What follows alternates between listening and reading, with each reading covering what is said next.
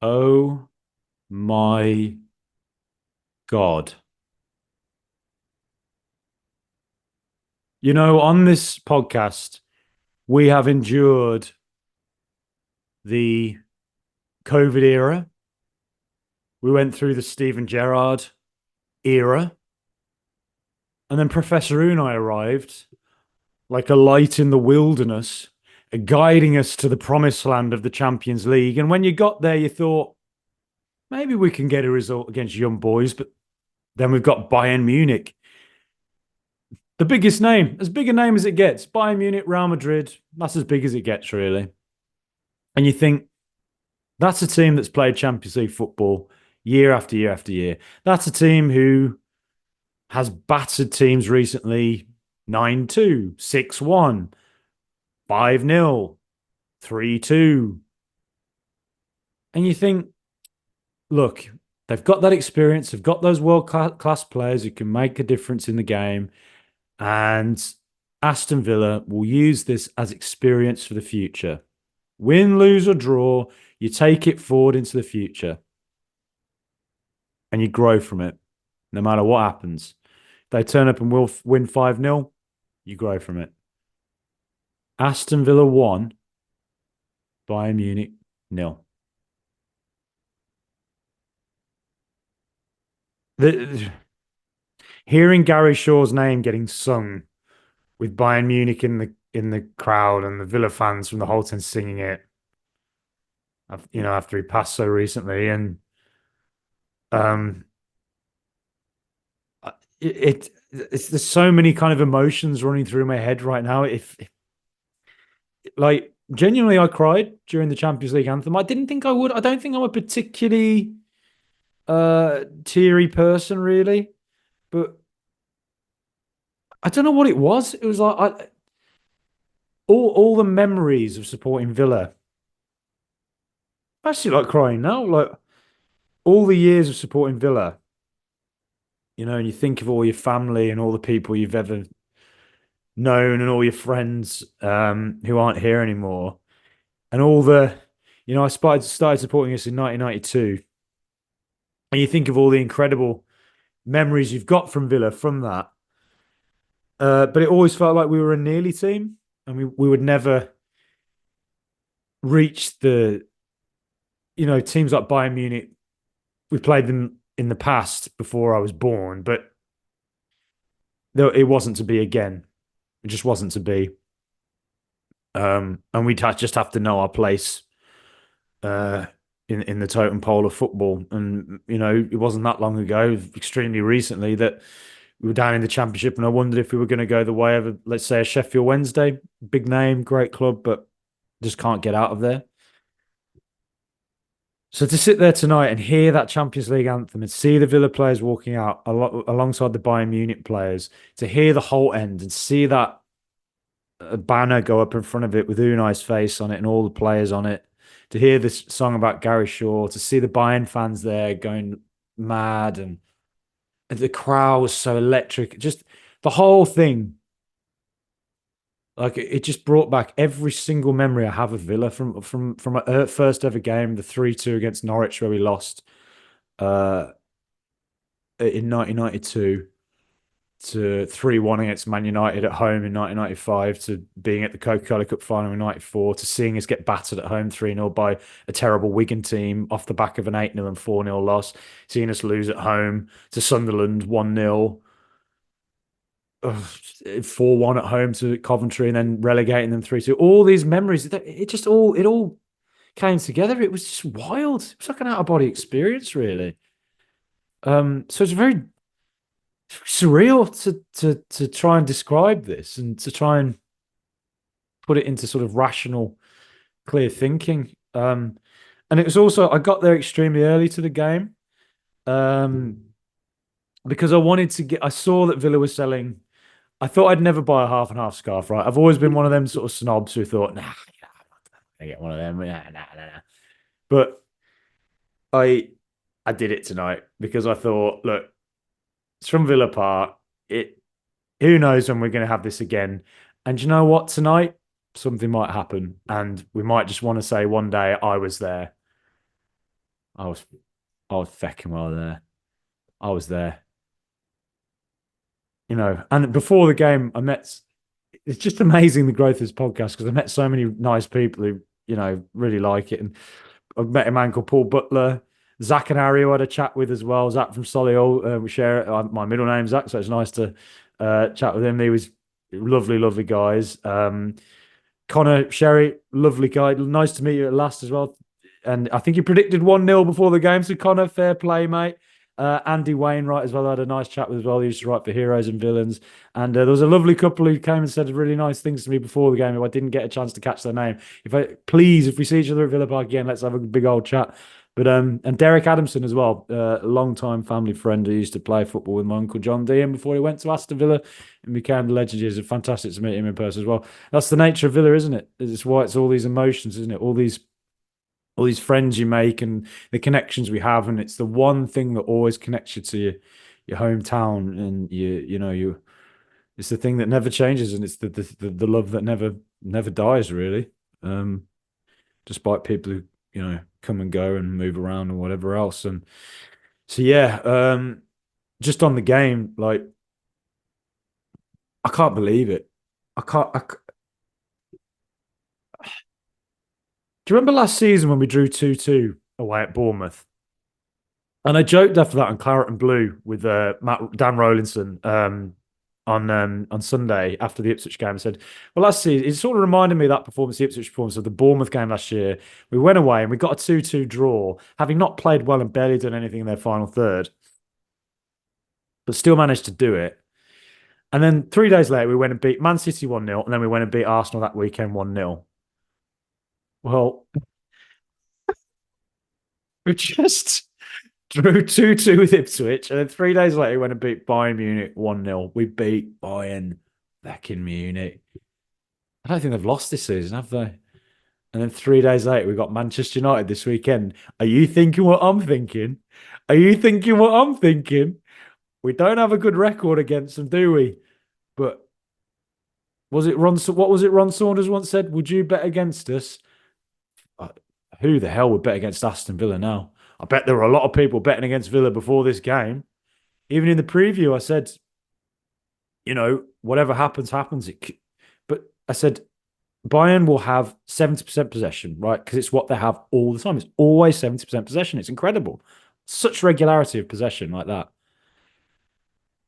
But if Villa can just defend stoutly, concentrate, cut off passing lanes like we did against Arsenal earlier this season, there's always a breakaway on against Bayern.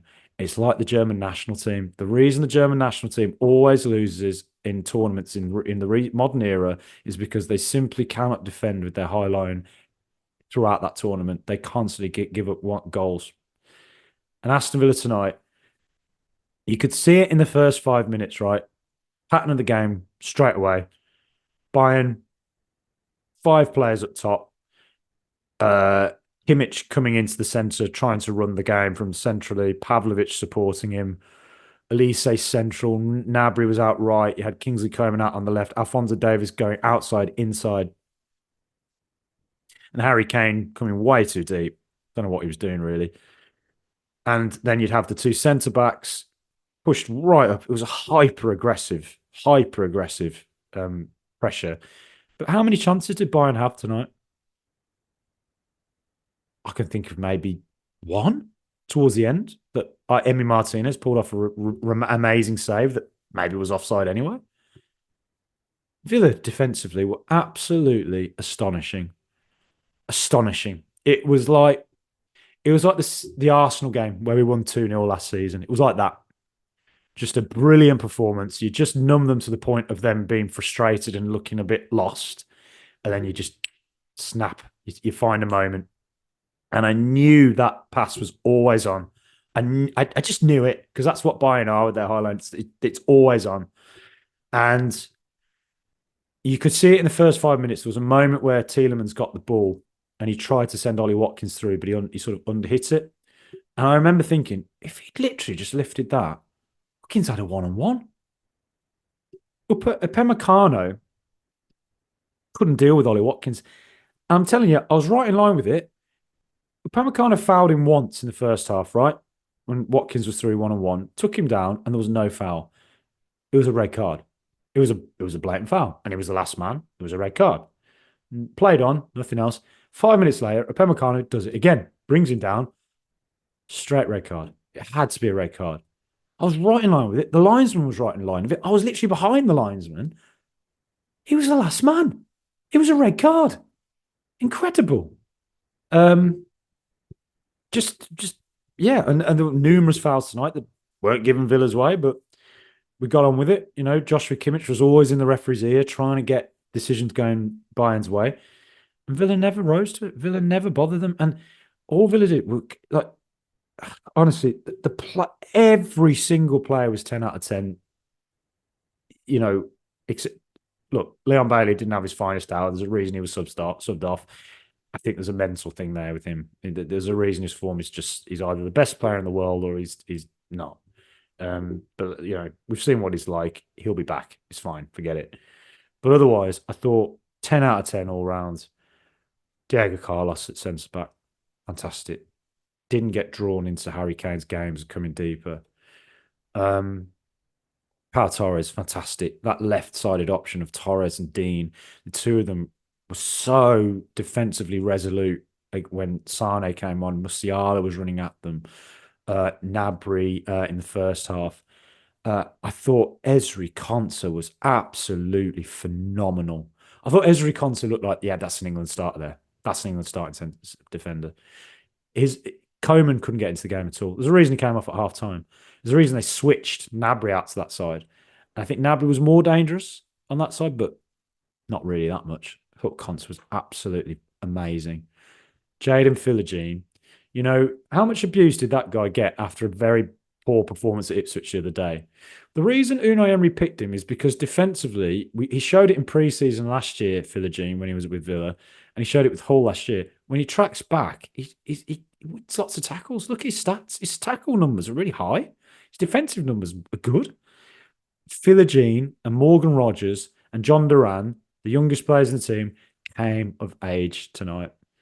How can they not take this performance into the rest of their careers and think, if I can do that to Bayern, I can do it to anyone? In the first half, Philogene was defensively so good, right?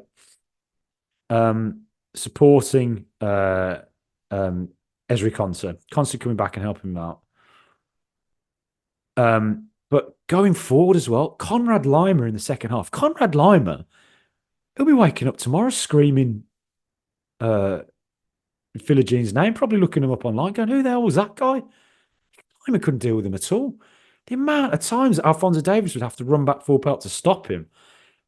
Jaden Philogene what an amazing mental display that was. Incredible. Morgan Rogers, supreme. Ollie Watkins, supreme. The midfielders, all brilliant. Emi Martinez, the world's #1 in everything he did. Saves, on the ball, catches, presence. And then John Duran. I said it a couple of weeks ago. I said, John Duran is going to do something very soon that gets the world's attention.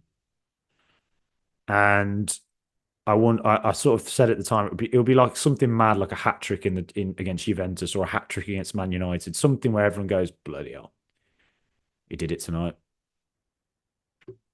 I could see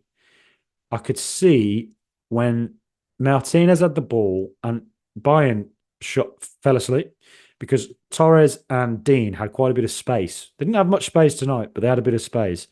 And so Dean was out. I think it was Dean or Torres. I can't remember who it was who sent the ball forward.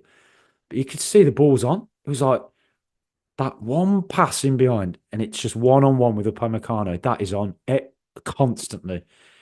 And the one time it went perfectly right, and Duran, the intelligence to finish as he did, the vision, the man's a genius. He is. Thank God he didn't go to West Ham. My God. My God. What a sliding doors moment that is. That's a moment in history. I was there for a moment in history. We were all there. We all watched it. We all saw it. and it was an incredible finish. Bayern Munich haven't lost in the group stage of the Champions League for a million years. Last time they lost, Unai Emery. Same again tonight. Another match review tomorrow, a bit more in depth, but or I'll try to if I have time. But I just thought I'd do this, and it's just absolutely incredible moment. Uh, to have heard that music in the stadium, to see those Bayern players up close, to see Musiala up close, it was brilliant. I thought, but by and large, Villa just the defensive shape was so good, and everyone's discipline was so on it. Just amazing. And we had to deal with injuries, we had to deal with missing key players, and it just no excuse, didn't bother us. No excuse culture.